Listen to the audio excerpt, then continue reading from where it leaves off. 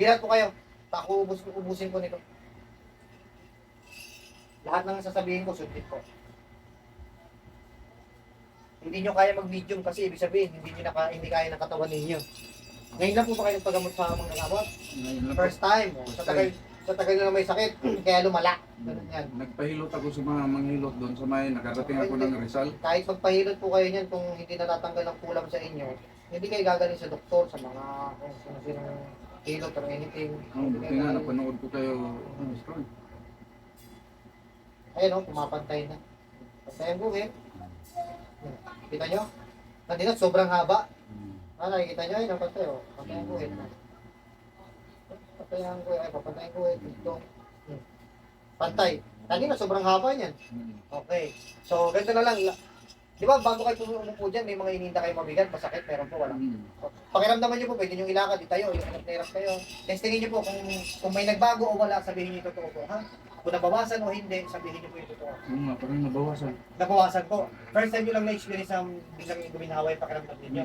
O, sige po kayo. Kasi 2 beses na kayo na-stroke. Yun, first time na kayo nagpatingin sa manggagamot, lumala lang po yan kasi padoktor kayo na padoktor lang. Tapos sabi niyo, nagpapahilot pa kayo, papatherapy pa kayo, walang nangyayari, lalo lumalala. Totoo talaga yan, mga strong. Kaya, yun, sa tagal pa naman, na ilang taong kayo may sakit, 2023, 2025 na ngayon. Magdalawang taon na. First time na kayo nagpagamot sa panggagamot. Ganito. Kaya po yun, hindi na pinapasalig sa inyo kasi po, ibig sabihin, sobrang bugbog na yung katawan ninyo sa gamot, sa treatment na ginawa sa inyo ng doktor, mga therapy and anything. Ibig sabihin, hindi nakakayanin ng katawan yung mag-medium, yung pinasasanib yung gumagawa ng sakit. Ganun po yan.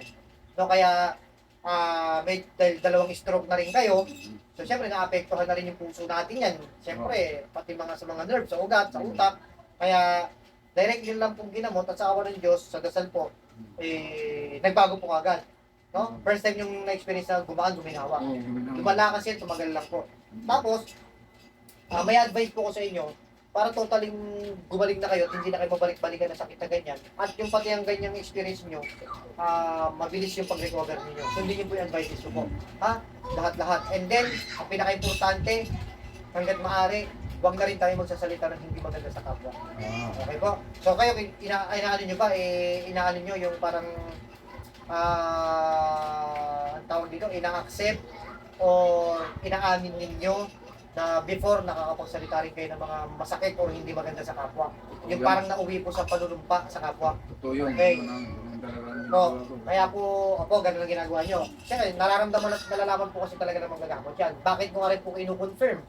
Para at least, sa inyo manggagaling, hindi lang sa manggagamot. Pangalawa, siyempre, gusto ko rin kayong advice. Kasi po ganito yan.